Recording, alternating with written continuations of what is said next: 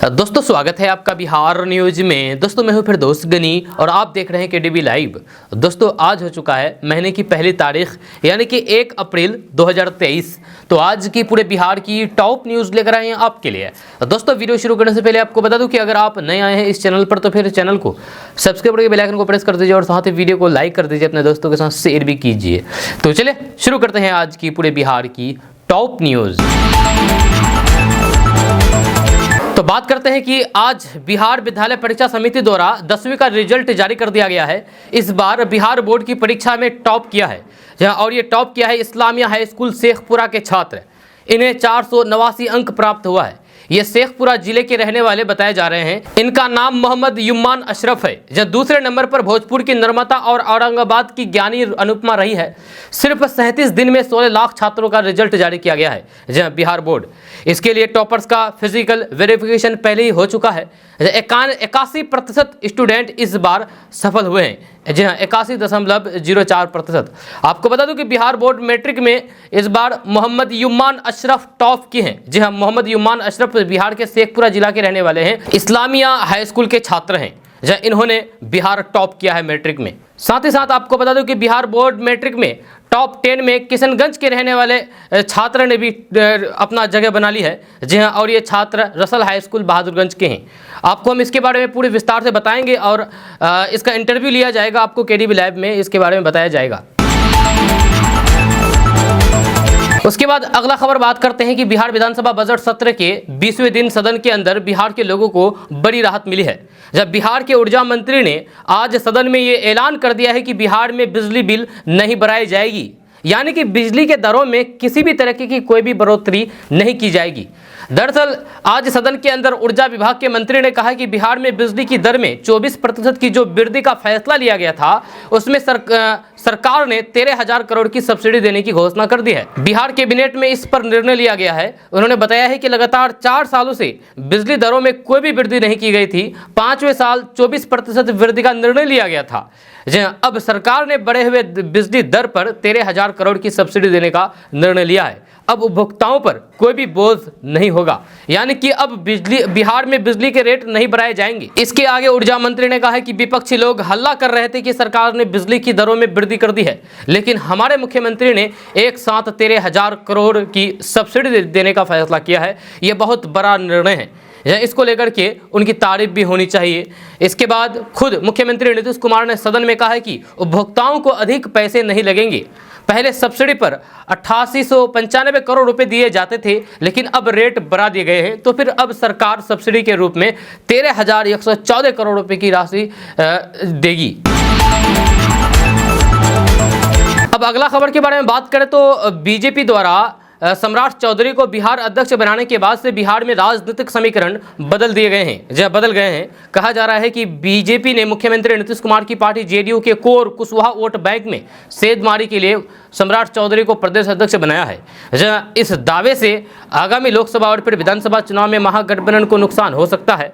हालांकि आरजेडी ने इस बात को खारिज कर दिया है। जहां पार्टी का कहना है कि सम्राट चौधरी के आने से बीजेपी प्रदेश अध्यक्ष बनने से कोई भी फर्क नहीं पड़ने वाला है। कुशवाहा वोट महागठबंधन के पास ही रहेगा। आरजेडी के वरिष्ठ नेता भाई वीरेंद्र ने शुक्रवार को विधानसभा में बीजेपी और केंद्र सरकार पर जमकर के प्रहार किया है। उन्होंने आगामी लोकसभा चुनाव में सभी 40 सीटों पर महागठबंधन की जीत का दावा भी किया है।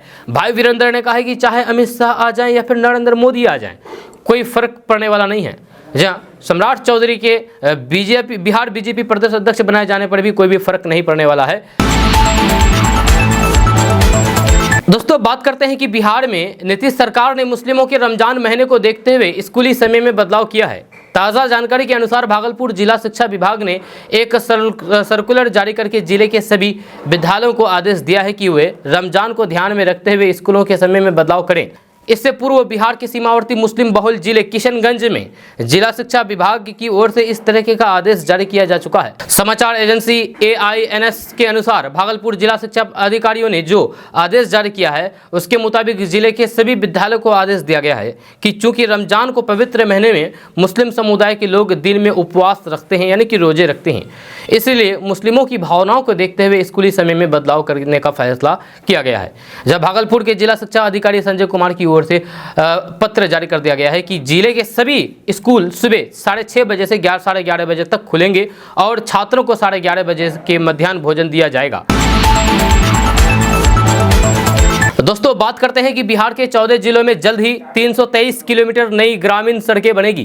प्रधानमंत्री ग्रामीण सड़क योजना 3 के तहत बिहार के इन जिलों की 20 ग्रामीण सड़क परियोजनाओं पर जल्द काम शुरू होगा। जहां इन जिलों में ग्रामीण सड़कों का निर्माण होगा, उन्नयन, चौड़ीकरण और सुदृढ़ीकरण होगा। जब ग्रामीण कार्य विभाग ने प्रधानमंत्री ग्रामीण सड़क योजना के तीसरे चरण के तहत केंद्र सरकार द्वारा स्वीकृत इन ग्रामीण सड़क योजनाओं को योजनावार प्रशासनिक स्वीकृति दे दी है। जिन जिलों में इन ग्रामीण सड़क परियोजनाओं को स्वीकृति दी गई है उनमें कटिहार, अररिया, पूर्णिया, पश्चिमी चंपारण, बांका, मधुबनी, बक्सर, बेगूसराय, कैमूर, किशनगंज, सहरसा, मधेपुरा, दरभंगा और गोपालगंज जिला शामिल है।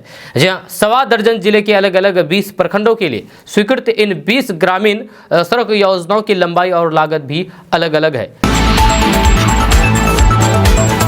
दोस्तों बात करते हैं कि तमिलनाडु में प्रवासी मजदूरों को लेकर के फर्जी वीडियो शेयर करने के मामले में यूट्यूबर मनीष कश्यप की मुश्किलें कम नहीं हो रही है। जब तमिलनाडु पुलिस ने मनीष कश्यप को गुरुवार को मदेरे की अदालत में पेश किया। तमिलनाडु पुलिस ने मनीष कश्यप को गुरुवार को अदालत में पेश किया। अदालत ने उन्हें 3 दिन की पुलिस हिरासत में भेजा है। इससे पहले थिंक अपराध इकाई ने मनीष कश्यप से 5 दिनों तक पूछताछ की थी। आपको बता दो कि फर्जी वीडियो के मामले में बिहार पुलिस ने मनीष कश्यप को बेतिया से 18 मार्च को गिरफ्तार किया था। जब बिहार पुलिस के मुताबिक पुलिस और ईओयू उसके घर को कुर्क करने की प्रक्रिया में थी, तभी उसने बेतिया के जगदीशपुर थाने में सरेंडर कर दिया। ईओयू ने मनीष कश्यप और फिर अन्य साथियों के खिलाफ सोशल मीडिया पर तमिलनाडु में प्रवासी मजदूरों की कथित पिटाई को लेकर के फर्जी वीडियो शेयर करने के मामले में केस दर्ज किया था। दोस्तों बात करेंगे कि बिहार में खेल का वातावरण बनाने और फिर खिलाड़ियों को प्रशिक्षण देने की योजना पर काम हो रहा है। इसके लिए बिहार के सभी जिला मुख्यालयों में आउटडोर खेल परिसर यानी कि स्टेडियम विकसित किए जाएंगे। जी हाँ, जहां आओ खेलो सह गैर आवासीय प्रशिक्षण योजना के तहत 14 जिलों में ट्रेनिंग देने की व्यवस्था की जा रही है। इसमें athletic, volleyball, kabaddi, kho kho, taekwondo, boxing, badminton, football, fencing, sepak takraw, शतरंज, बास्केटबॉल, तीरंदाजी और योग में खिलाड़ियों को ट्रेनिंग दी जाएगी। इस स्टेडियम में स्टेट लेवल तक के खेलों का आयोजन किया जाएगा, जहां खिलाड़ियों को खेलने के लिए पटना या फिर अन्य राज्यों में आने जाने की जरूरत नहीं पड़ेगी। जब पटना के कंकरबाग में स्थित पाटलिपुत्र खेल परिसर की तर्ज पर सभी जिला मुख्यालयों के आउटडोर स्टेडियम को विकसित करने की योजना कला, संस्कृति एवं युवा विभाग ने बनाई है। इसमें मुख्य रूप से तिरहुत, सारण, दरभंगा, कोसी, पूर्णिया, भागलपुर, मुंगेर तथा मगध प्रमंडल में आउटडोर स्टेडियम विकसित किए जाएंगे। जब सभी जिलों में आउटडोर स्टेडियम के लिए जमीन का सर्वे अगले महीने के भीतर शुरू कर दिया जाएगा। बिहार के प्रतिभावान खिलाड़ियों की प्रतिभा निखारने के लिए प्रशिक्षण पर जोर दिया जा रहा है। दोस्तों बात करते हैं कि बिहार के गन्ना उद्योग मंत्री आलोक कुमार मेहता ने बिहार शुगर मिल्स एसोसिएशन के अध्यक्ष, सदस्य, चीनी मिलों के प्रबंधक, निदेशक और फिर मालिकों को निर्देश दिया है कि गन्ना मूल्य की बढ़ोतरी के संदर्भ में जल्द विचार करके विभाग को। उन्होंने ये निर्देश अभी हाल ही में आयोजित विभागीय बैठक में दिया है। गन्ना उद्योग मंत्री आलोक कुमार मेहता ने कहा है कि ईख मूल्य की दर में वृद्धि होने पर गन्ना किसानों को आर्थिक मदद मिलेगी, इससे वे गन्ना की खेती और अच्छी तरह से करेंगे। इसका परिणाम ये होगा कि चीनी मिलों की क्षमता के हिसाब से गन्ने की उपलब्धता सुनिश्चित हो सकेगी। दोस्तों बात करेंगे कि लोकसभा चुनाव 2024 को देखते हुए बीजेपी का बिहार मिशन जारी है। ऐसा लगता है कि बिहार की कमान केंद्रीय गृह मंत्री अमित शाह ने संभाल रखी है। एक बार फिर से 2 अप्रैल को अमित शाह की सासाराम और फिर नवादा में चुनावी रैली होगी। बीते 6 महीनों में अमित शाह का ये चौथा बिहार दौरा होगा, लेकिन इस बार अमित शाह रैली के एक दिन पहले ही पटना पहुंच जाएंगे, जहां 1 अप्रैल को वे पार्टी के वरिष्ठ पदाधिकारियों के साथ विचार विमर्श करेंगे, यानी कि आज, और फिर रात्रि आज विश्राम भी होगा। इसके बाद 2 अप्रैल को यानी कि कल सम्राट अशोक की जयंती पर अमित शाह सासाराम और फिर नवादा में रैली करेंगे। आपको बता दूं कि इससे पहले 25 फरवरी को अमित शाह ने वाल्मीकि नगर में जनसभा को संबोधित किया और नीतीश कुमार पर जम करके हमला बोला था। उन्होंने कहा था कि अब किसी भी कीमत पर एनडीए में नीतीश कुमार की एंट्री नहीं होगी और वो अब एनडीए का हिस्सा नहीं बन सकते। इसके बाद वे सहजानंद सरस्वती जयंती के कार्यक्रम में शामिल हुए थे। आपको बता दूं कि एक बार फिर से बीजेपी का निशाना नीतीश कुमार के लव कुश समीकरण पर है, जब कहा जाता है कि सम्राट अशोक कुशवाहा समाज से आते थे और शायद यही वजह है कि अमित शाह इस रैली के जरिए कुशवाहा समाज को साधने की कोशिश करेंगे। जब बिहार की सत्ता से बाहर होने के बाद अमित शाह का ये चौथा दौरा होगा। जब इससे पहले बीते साल सितंबर में अमित शाह ने सीमांचल से चुनावी शंखनाद किया था, पूर्णिया में रैली किया गया था, उसके बाद फिर किशनगंज आए हुए थे। रैली के जरिए उनकी कोशिश पूर्णिया और अररिया, किशनगंज जैसे जिलों के कटिहार और मुस्लिम वोट बैंक को साधने पर जोर रखा है। बीजेपी ने बिहार बीजेपी की कमान भी कुशवाहा जाति से आने वाले सम्राट चौधरी को सौंपी है, जो हाल ही में बीजेपी प्रदेश अध्यक्ष बनाए गए हैं। मतलब साफ है कि बीजेपी की पूरी कोशिश नीतीश का वोट बैंक समझा जाने वाला कुशवाहा कुर्मी में सेंध लगना है, जिसकी तैयारी काफी समय से चल रही है और अब एक बार फिर से अमित शाह सासाराम और नवादा से हुंकार भरने की तैयारी में है। तो दोस्तों अब बात करेंगे कि बिहार के सभी प्रखंड स्तर के प्राथमिक स्वास्थ्य केंद्रों को सामुदायिक स्वास्थ्य केंद्र में तब्दील किया जा रहा है, जहां इससे ग्रामीण अस्पतालों में मरीजों के लिए करीब 13,000 अतिरिक्त बेड उपलब्ध हो जाएगा। जहां स्वास्थ्य विभाग द्वारा इस साल 173 प्राथमिक स्वास्थ्य केंद्रों को उत्क्रमित करते हुए 30-30 बेड का निर्माण करने का लक्ष्य निर्धारित किया है। जहां इससे बिहार में इस साल 5,190 अतिरिक्त बेड उपलब्ध हो जाएगा। जब बिहार के 434 प्रखंडों में सामुदायिक स्वास्थ्य केंद्रों का निर्माण किया जाना है। इसमें अभी तक 261 प्रखंडों में 30-30 बेड के सामुदायिक स्वास्थ्य केंद्रों का निर्माण हो चुका है, जिससे सामुदायिक स्वास्थ्य केंद्र में 7,800 बेड उपलब्ध हो चुके हैं। स्वास्थ्य विभाग द्वारा अनुमोदित सामुदायिक स्वास्थ्य केंद्रों पर ओपीडी में 212 प्रकार की, जबकि भर्ती मरीजों को 97 प्रकार की मुफ्त दवाएं उपलब्ध कराने का मरीज को लाभ मिलेगा। तो चलिए बात करते हैं फिर अगली खबर की ओर। बात करते हैं कि बिहार के मुख्यमंत्री नीतीश कुमार और बीजेपी प्रदेश अध्यक्ष सम्राट चौधरी की एक तस्वीर चर्चा का विषय बन गई है। दोनों नेता रामनवमी के मौके पर एक मंच पर नजर आए, जहां उन्होंने साथ में भगवान राम की आरती भी की। जहां पटना के डाक बंगला चौराहे में रामनवमी पर आयोजित कार्यक्रम में सीएम नीतीश कुमार समेत जदयू और बीजेपी के कई बड़े नेताओं ने हिस्सा लिया। इस आयोजन के बाद सियासी गलियारों में तरह तरह के कयास लगने शुरू हो गए हैं। जहां पटना में गुरुवार को रामनवमी के मौके पर भव्य आयोजन हुए। डाक बंगला चौराहे पर बड़ा स्टेज बनाया गया था, जहां विभिन्न झांकियों का स्वागत किया गया। जहां इसे देखते हुए बड़ी संख्या में लोगों की भीड़ उमड़ी। कार्यक्रम देर रात तक चला। जब शाम में मुख्यमंत्री नीतीश कुमार, राज्यपाल राजेंद्र विश्वनाथ अर्लेकर, वित्त मंत्री विजय कुमार चौधरी, बीजेपी प्रदेश अध्यक्ष सम्राट चौधरी, केंद्रीय मंत्री गिरिराज सिंह, विधानसभा में नेता प्रतिपक्ष विजय कुमार सिन्हा, रविशंकर प्रसाद समेत अन्य नेता शामिल हुए। सीएम नीतीश कुमार ने पहले राज्यपाल के साथ मिलकर के श्री राम को राम की आरती की। जब उसके बाद सम्राट चौधरी ने भी नीतीश कुमार के साथ भगवान की आरती की। इसकी तस्वीर उन्होंने सोशल मीडिया पर शेयर की है। लोग अब इस पर तरह तरह के कमेंट कर रहे हैं। कई लोगों के द्वारा यहां तक कयास लगाए जा रहे हैं कि नीतीश कुमार अब फिर से एनडीए की में वापसी चाहते हैं, जहां एनडीए की ओर उनका झुकाव है। महागठबंधन से नीतीश कुमार का मोहभंग होने जा रहा है या फिर मोहभंग हो गया है। आपको बता दूं कि सीएम नीतीश कुमार की बीजेपी नेताओं से मुलाकात हाल के दिनों में बातचीत की खबरें चर्चा का विषय बनी रही। महागठबंधन में जारी खटपट और लोकसभा चुनाव की आहट के बीच सीएम नीतीश कुमार की बीजेपी नेताओं से बातचीत हो रही है। जब पिछले महीने नए राज्यपाल की नियुक्ति के दौरान खुद अमित शाह ने फोन करके नीतीश कुमार से बात की थी। वैशाली में गलवान शहीद के पिता की गिरफ्तारी के दौरान रक्षा मंत्री राजनाथ सिंह ने मुख्यमंत्री को फोन करके मामले को देखने की बात कही थी। दोस्तों बात करेंगे कि बिहार सरकार एक ऐसा ऐप लॉन्च कर रही है जो संपूर्ण भूमि का रिकॉर्ड रखेगा। एक क्लिक पर इसकी सारी जानकारी उपलब्ध हो सकेगी। ये बात है राजस्व एवं भूमि सुधार मंत्री आलोक मेहता ने गुरुवार को समस्तीपुर जाने के दौरान वैशाली जिला के गाजीपुर में मीडिया से कही है।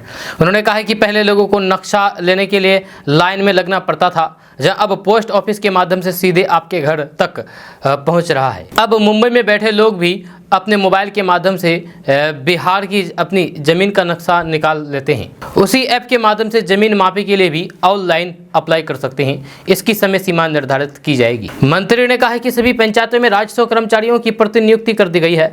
जब सभी कर्मचारियों को कंप्यूटर का प्रशिक्षण दिया जाएगा, जहां दाखिल खारिज में अंचलाधिकारी के स्तर पर बड़े पैमाने पर अनियमितता बरती जाती थी, जिनकी शिकायत मिलने पर लंबित मामलों के निष्पादन के बाद समय सीमा निर्धारित की जा रही है। जहां बड़े पैमाने पर दाखिल खारिज को रिजेक्ट किया जा रहा है, वहां विशेष टीम से छापेमारी भी कराई जा रही है। दाखिल खारिज रिजेक्ट करने के बाद अंचलाधिकारी अब उसे दोबारा दाखिल खारिज नहीं कर पाएंगे। रिजेक्ट करने का कारण भी स्पष्ट रूप से लिखना पड़ेगा। दोस्तों बात करते हैं कि बिहार के उप मुख्यमंत्री तेजस्वी यादव पापा बनने के बाद पहली बार बिहार वापस लौट आए हैं। यहां आते ही उन्हें राजद नेताओं और कार्यकर्ताओं की तरफ से बधाई देना शुरू कर दिया गया। इस बीच तेजस्वी यादव ने केंद्र सरकार पर भी जोरदार हमला बोला है। उन्होंने कहा है कि मैं सब कुछ देख रहा हूं, समय पर सबका जवाब दूंगा। आपको बता दूं कि राहुल गांधी ने लोकसभा के डिप्टी सेक्रेटरी की तरफ से लिखे गए पत्र में अब बंगला खाली करने का आदेश दिया है, जिसके बाद पत्र का जवाब देते हुए राहुल गांधी ने कहा था कि वे इस आदेश का पालन करेंगे। उन्होंने कहा है कि उस घर में उनके कई सारे यादें हैं और बतौर सांसद बंगले में रहे, लेकिन जो आदेश अब उनको दिया गया है वे उसका पालन करेंगे। दोस्तों बात करते हैं कि बिहार में अब अफसरों की मनमानी नहीं चलने वाली है। अब उन्हें लोगों की शिकायतें नहीं सुनना काफ़ी महंगा पड़ने वाला है। इसको लेकर के बिहार सरकार काफ़ी अलग हो गई है और फिर लोगों की शिकायतें नहीं सुनने के वाले अफसरों पर जुर्माना के साथ साथ अनुशासनिक कार्रवाई भी की जाएगी। हालांकि अभी भी कई लोगों को अनुशासनिक कार्रवाई की जा रही है। दरअसल सामान्य प्रशासन विभाग की तरफ से एक पत्र जारी किया गया है, जिसमें कहा गया है कि राज्य के यानी कि बिहार के कोई भी अफसर यदि जनता की शिकायतों को सुनने में आनाकानी करते हैं तो फिर उनके ऊपर जुर्माना के साथ ही साथ अनुशासनिक कार्रवाई की जाएगी। इस पत्र के जरिए ये आंकड़ा भी बताया गया है कि अब तक लोगों की शिकायत ना सुनने के मामले में अब तक सरकार की तरफ से 11 से 44 अफसरों पर जुर्माना लगाया गया है। इन अफसरों से करीब 24 लाख रुपए जुर्माने के तौर पर वसूले गए हैं। इतना ही नहीं, शिकायतों का निपटारा न करने वाले अधिकारियों के खिलाफ अनुशासनिक कार्रवाई भी की गई है। इस आंकड़े के मुताबिक अब तक 812 लोक सेवकों पर अनुशासनिक कार्रवाई की जा चुकी है। इसके साथ ही लोक शिकायत निवारण अधिकार अधिनियम के तहत आए मामलों में अधिकारियों की परफॉर्मेंस का स्तर क्या है, इसकी मॉनिटरिंग MIS रिपोर्ट के माध्यम से की जा रही है। इस सिस्टम को और अपग्रेड किया जा रहा है। दोस्तों बात करते हैं कि बिहार के शिक्षा मंत्री चंद्रशेखर एक बार फिर से चर्चा में हैं। जहाँ कुछ दिनों पहले रामचरितमानस को लेकर के तरह तरह के बयान देकर के वे सुर्खियों में थे और इस बार सीएम नीतीश कुमार का पैर छूकर के आशीर्वाद लेने के बाद चर्चा में आए हैं और पैर छूने के बाद सियासी बवाल भी मच गया है। जहाँ इस पर शिक्षा मंत्री चंद्रशेखर ने अपना जवाब भी दिया है। बुधवार को शिक्षा मंत्री चंद्रशेखर ने अपने जवाब में कहा है कि कुशल नेतृत्वकर्ता बिहार विश्वकर्मा माननीय मुख्यमंत्री नीतीश कुमार उनसे उम्र में बड़े हैं, इसीलिए उनका पैर छू करके उन्होंने आशीर्वाद लिया है। उन्होंने कहा है कि पुरखों की दी शानदार शिष्टाचार में भी राजनीति तलाशने की कोशिश ओछी मानसिकता की हद है। दोस्तों बात करते हैं कि अंतर्राष्ट्रीय स्तर पर अपनी बल्लेबाजी का लोहा मनवा चुके भारतीय क्रिकेट टीम के पूर्व कप्तान विराट कोहली लगभग 15 सालों से भारतीय क्रिकेट टीम का हिस्सा है और सभी फॉर्मेट में प्रमुखता से खेलते हैं। कुछ ही दिनों में IPL की शुरुआत होने वाली है और आगे 50 ओवरों का विश्व कप भी खेला जाना है। इसी बीच किंग कोहली ने अपना 10वीं का मार्कशीट अपने सोशल मीडिया अकाउंट्स पर डाला है, जो काफ़ी तेजी से वायरल हो रहा है। बचपन से ही विराट कोहली क्रिकेट के शौकीन थे और एक सफल बल्लेबाज और भारतीय टीम के कप्तान के पद तक पहुंचने के लिए उन्होंने काफ़ी मेहनत की। जुनून किस कदर बढ़ा है कि 12वीं के बाद उन्होंने पढ़ाई छोड़ दी और पूरा ध्यान में खेल पर लगा दिया। अपने खेलने के तरीके से इतने व्याख्यात हुए विराट कोहली की उनके चाहने वालों ने उनके नाम के आगे किंग लगा दिया और फिर उसके बाद विराट कोहली किंग कोहली के नाम से भी जाने लगा। अब हाल ही में विराट कोहली ने अपना 10वीं का मार्कशीट अपने सोशल मीडिया अकाउंट्स पर डाला है, जो काफ़ी तेज़ी से वायरल हो रहा है। किंग कोहली ने जो मार्कशीट सोशल मीडिया पर शेयर की है उसमें कुल 5 सब्जेक्ट दिख रहे हैं और अंत में कोहली ने स्पोर्ट का भी नाम लिखा है जहाँ और उसके आगे प्रश्नवाचक चिन्ह लगाया है। जहाँ वहीं इस मार्कशीट में दिख रहे हैं अन्य सब्जेक्ट अंग्रेजी में 83 अंक, हिंदी में 75 अंक, विज्ञान में 55 अंक, सामाजिक विज्ञान में 81 अंक और गणित में सबसे कम 51 अंक दिख रहा है। जहाँ वैकल्पिक विषय में उन्होंने कुल 74 अंक प्राप्त किया है। दोस्तों बात करेंगे कि बिहार सरकार के पूर्व मंत्री और विकासशील इंसान पार्टी के सुप्रीमो मुकेश सहनी आज अपना जन्मदिन मनाया। इसको लेकर के उनकी पार्टी की तरफ से भी काफी तैयारी की गई। अपने जन्मदिन पर मुकेश सहनी ने कहा कि आज से कुछ साल पहले तक राजा के घर के लोग ही राजा बनते थे, लेकिन आज देश में लोकतंत्र है और अब लोग जनता की ओर से राजा बनते हैं, परंतु अभी भी कुछ लोग ये सोचते हैं कि हमारे घर के लोग ही राजा बने। मुकेश सहनी ने कहा है कि अगर उनको राजा बनना है तो फिर उनको सबसे पहले जनता के दिल में राजा बनना होगा, तभी उनका ये सपना पूरा होगा। इसके आगे उन्होंने कहा है कि देश में एक संविधान लागू है, पूरा देश एक है, तो फिर हमारे साथ भेदभाव क्यों किया जा रहा है। इसको लेकर के हमारे समाज के लोगों को जागरूक होना होगा, उनको समझना होगा कि उनकी वोट की कीमत उतना ही है जो इस देश के सबसे अमीर लोगों की वोट की कीमत है। इस देश में उनका भी उतना ही हक है जितना हम लोगों का है। इसलिए हम सभी लोगों को एकजुट होकर के अपने हक की लड़ाई लड़नी होगी। मुकेश सहनी ने कहा है कि हमारे समाज के लोगों को बंगाल में आरक्षण है, दिल्ली में आरक्षण है, तो फिर बिहार में आरक्षण क्यों नहीं होना चाहिए। उसको लेकर के हम कई बार अनशन कर बैठे हैं, लेकिन कोई हमारी बात सुनने को तैयार नहीं है। अब मुझे लगता है कि जिनके पास हम अपनी शिकायत लेकर के जा रहे हैं और वह हमारी शिकायत नहीं सुन रहा है, तो फिर अब हमें ही वहाँ पर बैठना होगा। इस जगह पर ले जाने का काम आप ही लोग कर सकते हैं। दोस्तों, बात करते हैं कि भारतीय जनता पार्टी ने बिहार के मुख्यमंत्री नीतीश कुमार के खिलाफ सियासी जंग तेज कर दी है। यह खबर है कि पार्टी नीतीश कुमार के वोट बैंक पर सेंध लगाने की योजना बना रही है। इसके साथ ही भाजपा ने प्रधानमंत्री नरेंद्र मोदी के संसदीय क्षेत्र वाराणसी का काम संभालने वाले सुनील ओझा को भी बिहार की ओर भेजा है। बिहार में भाजपा नीतीश कुमार के लव कुश वोट बैंक पर चोट देने की प्लानिंग कर रही है। इसमें भी पार्टी का खास फोकस कुशवाहा वोट बैंक पर है। दरअसल लव कुश कुर्मी और फिर कोयरी जातियों से बना है, जो बिहार की आबादी में करीब 10% की हिस्सेदारी करती है। अब कुर्मी समुदाय से आने वाले सीएम नीतीश कुमार ने इनका चुनावी समर्थन हासिल कर लिया है। भाजपा सासाराम में 2 अप्रैल को सम्राट अशोक का जन्मदिन मनाने की तैयारी कर रही है। जहाँ कार्यक्रम में केंद्रीय गृह मंत्री अमित शाह भी शामिल होने वाले हैं। जहाँ राज्य में कुशवाहा समुदाय सम्राट अशोक को अपने पूर्वज की तरह मानते हैं। दोस्तों, बात करते हैं कि बिहार के बुद्धिजीवियों के एक प्रमुख समूह ने बिहार की विकास संबंधित चुनौतियों एवं उनके संबंधित समाधान पर 3 दिनों तक गहन विचार मंथन किया है और महसूस किया है कि बाढ़ एवं प्रतिभाओं के पलायन को रोकने तथा औद्योगिकरण के लिए प्रभावी कदम तत्काल उठाने की जरूरत है। जय इंदिरा गांधी राष्ट्रीय कला केंद्र और फिर मैथिली भोजपुरी अकादमी दिल्ली सरकार के सहयोग से मैथिल पत्रकार ग्रुप की ओर से IGNC सभागार दिल्ली में 27 से 29 मार्च को आयोजित 3 दिवसीय मैथिली नाट्य साहित्य महोत्सव में आए नेताओं ने बिहार में हर साल आने वाली बाढ़, दरभंगा में बनने वाले अखिल भारतीय आयुर्विज्ञान संस्थान यानी कि एम्स में देरी को लेकर के चिंता जताई है। बुद्धिजीवियों का कहना था कि केंद्र बिहार सरकार को इस पर मिलकर के कार्य करना होगा। जब बाढ़ रोकने के लिए नेपाल, भारत सरकार के साथ ही बिहार सरकार की सहभागिता वाली एक त्रिपक्षीय समिति बनानी होगी। इस तरह की एक समिति दशकों से कागजों में नेपाल में चल रही है, लेकिन जमीन पर उसका कोई भी कार्य नहीं हो रहा है। दोस्तों, बात करते हैं कि बिहार के लोगों के लिए खुशी का समय है, क्योंकि गया में पाताल गंगा, रोहतास जिले के कुछ हिस्सों और फिर जमुई जिले के मजोस के पास अन्वेषण में लाखों टन खनिज भंडार की मौजूदगी का पता चला है। यह वही राज्य सरकार यानी कि बिहार सरकार में मिले खनिजों की नीलामी करने की तैयारी में जुटा हुआ है। यह खान संबंधित मामलों की आयुक्त हरजोत कौर बमराहा ने कहा है कि बिहार में अब तक का सबसे बड़ा खनिज भंडार मिला है, जहाँ ऐसे खनिजों की खोज महत्वपूर्ण है। उन्होंने कहा है कि बिहार सरकार इसकी नीलामी के लिए SBI कैप्स के साथ काम करेगी और उन नियमों तथा शर्तों का भी सुझाव देगी जिनके आधार पर नीलामी की जा सकती है। जहां हमें अन्वेषण गतिविधियों को शुरू करने से पहले संबंधित अधिकारियों से अनुमति लेने की आवश्यकता नहीं है, क्योंकि ये भंडार वन क्षेत्र में नहीं है।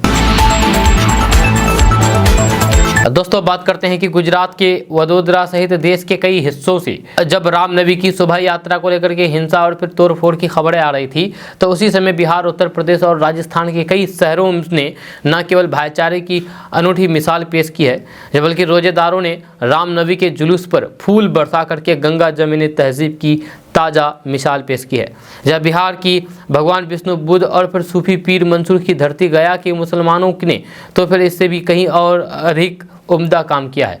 दूसरे समुदाय के लोगों को रामनवमी का जुलूस निकालने में कठिनाई ना हो, रास्ते में पड़ने वाली तमाम प्रमुख मस्जिदों में तरावी 15 दिनों की बजाय 7 दिनों में ही ख़त्म कर दी गई। जहाँ उत्तर प्रदेश और राजस्थान के कई शहर सांप्रदायिकता के लिहाज से बेहद संवेदनशील रहे।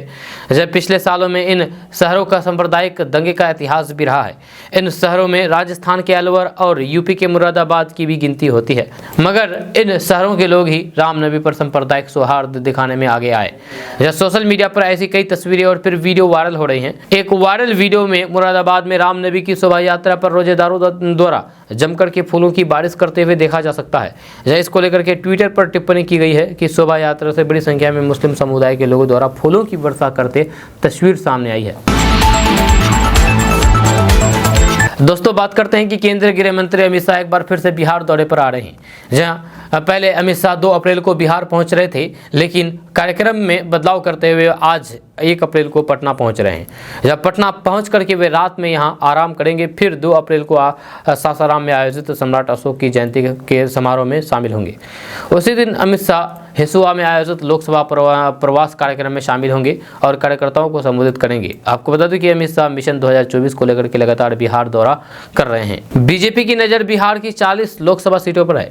वह ज़्यादा से ज़्यादा सीटें हासिल करने के लिए लगातार पार्टी में बड़े बदलाव भी कर रही है। हाल ही में बीजेपी ने अपने फायर ब्रांड नेता सम्राट चौधरी को प्रदेश अध्यक्ष बनाया है। इसी के साथ सम्राट अशोक को आगामी चुनाव से पहले बड़ी जिम्मेदारी सौंपी है सम्राट चौधरी को। दोस्तों, बात करते हैं कि बिहार में पेट्रोल और डीजल के दाम जारी कर दिए गए हैं। आज पेट्रोल और डीजल की कीमतों में 6 पैसे की बढ़ोतरी हुई है। इसके मुताबिक यहां आज पेट्रोल के दाम 109 रुपये 23 पैसे और डीजल के दाम 95 रुपये 88 पैसे प्रति लीटर कर दी गई है। अगर राजधानी पटना की बात की जाए तो फिर वहां पेट्रोल की कीमत में और डीजल की कीमत में कोई भी बढ़ोतरी नहीं की गई है। यहाँ आज पेट्रोल की कीमत 107 रुपये 24 पैसे और डीजल की कीमत 194 रुपये 4 पैसे हो गई है। जब भी आप अपने घर के बाहर निकले तो फिर पहले यहाँ पेट्रोल और डीजल की कीमतें जरूर जान लें। दोस्तों, बात करते हैं कि बिहार में आज शनिवार को मौसम विभाग की तरफ से भारी बारिश की संभावना जताई गई है। जब मौसम विभाग के मुताबिक पूरे बिहार में आज 30 से 40 किलोमीटर प्रति घंटे की रफ्तार से तेज हवा बहेगी। इस दौरान अनेक स्थानों पर मेघ गर्जन के साथ बारिश होने की संभावना है। वहीं आज 1 अप्रैल को पूरे बिहार में तेज बारिश होने की संभावना जताई गई है। मौसम विभाग द्वारा आज बारिश को फसल से बचाने और फिर ठंडका से बचाने को लेकर के अलर्ट जारी किया गया है।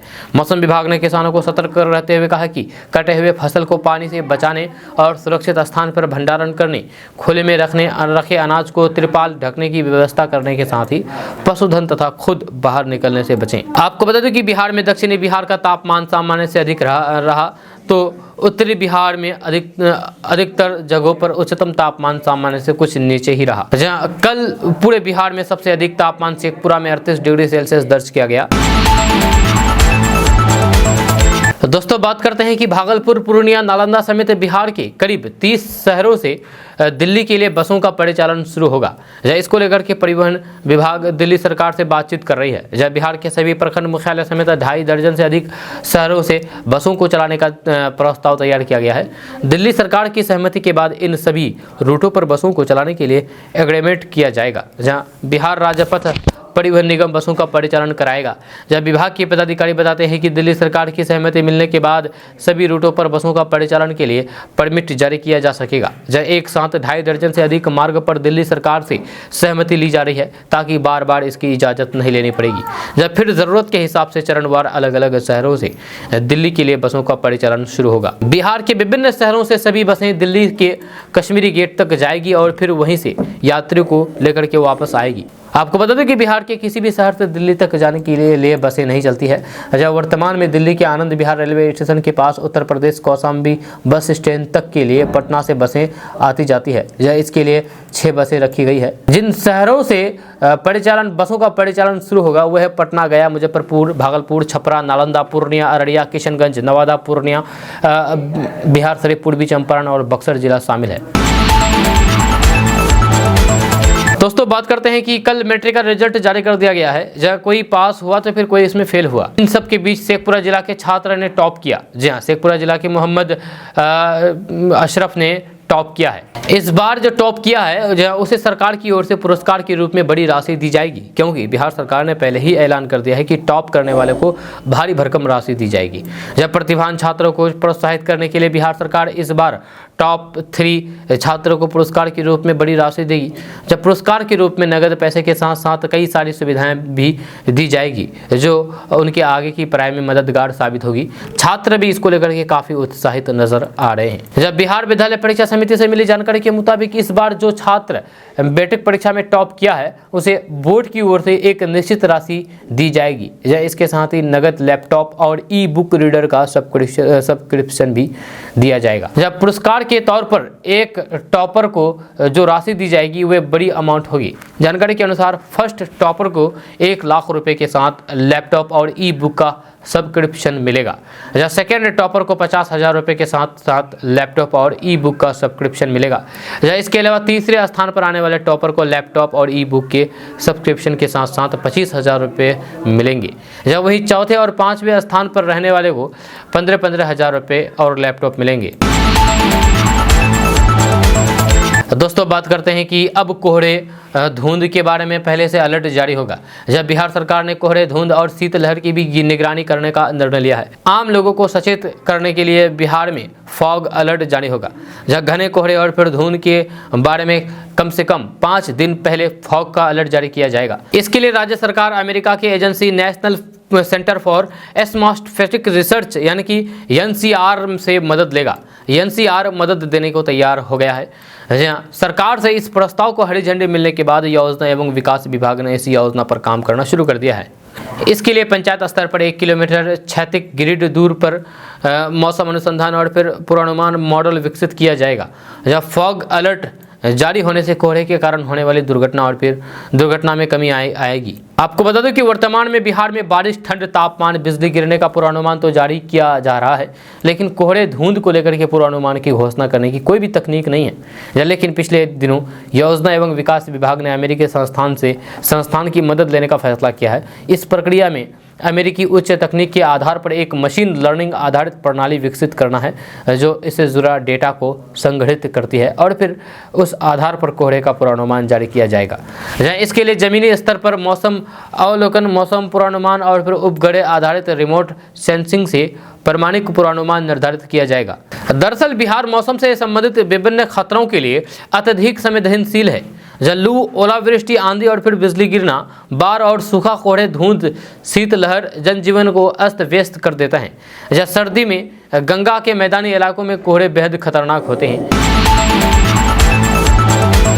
दोस्तों बात करते हैं कि केंद्र सरकार के द्वारा बिजली उपभोक्ताओं से GST वसूलने की तैयारी की जा रही है। इस कड़ी में शुरुआत में कमर्शियल और इंडस्ट्री के उपभोक्ताओं से GST वसूलने की योजना है। जब माना जा रहा है कि इसके बाद आगे की रणनीति भी बनाई जाएगी। हालांकि इस मामले में यूपी राज्य विद्युत उपभोक्ता परिषद ने PM को पत्र लिखकर के हस्तक्षेप की मांग की है।